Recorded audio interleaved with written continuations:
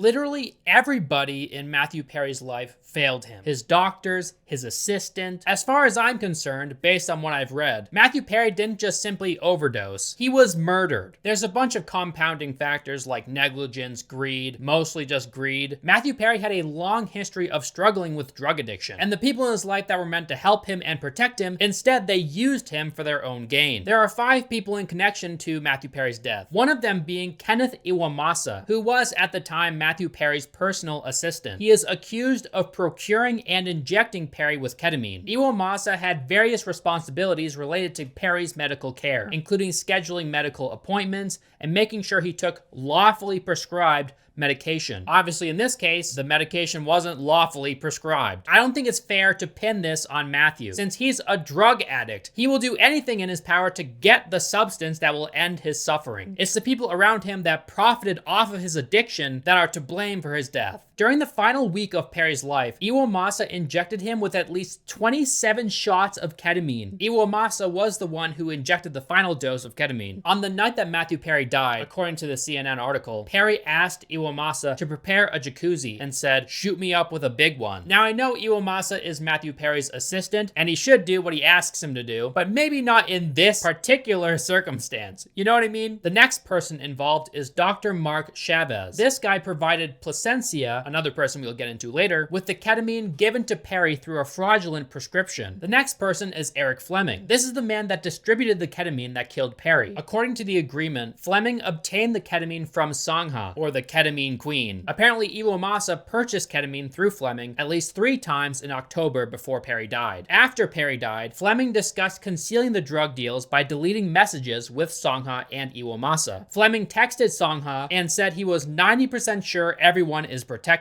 He then goes on to say, "I never dealt with Perry, only his assistant." So the assistant was the enabler. So they're trying to pass off the blame to other people in order to protect themselves. And then we get the Jasveen Songha, whom authorities call the ketamine queen. This is the person that provided the ketamine that killed Perry. And the last person is Dr. Salvador Plasencia. About 1 month before Perry's death, Plasencia learned the actor was interested in purchasing ketamine and contacted Chavez. Plasencia saw this as an opportunity to profit off of Perry, Estrada said. According to this article, Dr. Plasencia saw this as an opportunity to profit off of Perry. And Plasencia wrote this in a text message: "I wonder how much this moron will pay." In other texts, Plasencia wrote he wanted to be Perry's sole supplier. Dr. Plasencia wanted to get as much money from Perry as possible. Plasencia also went to Perry's house to drop off ketamine and even injected the drug for Perry in the back of a vehicle in a parking lot. On October 12th, Plasencia administered a large dose to Perry that caused an adverse medical reaction. Prosecutors said in court documents, Perry's systolic blood pressure spiked and he froze up, unable to speak or move. Despite this, they continued their transactions, which ultimately led to Perry's death. Plasencia has pleaded not guilty to 1 count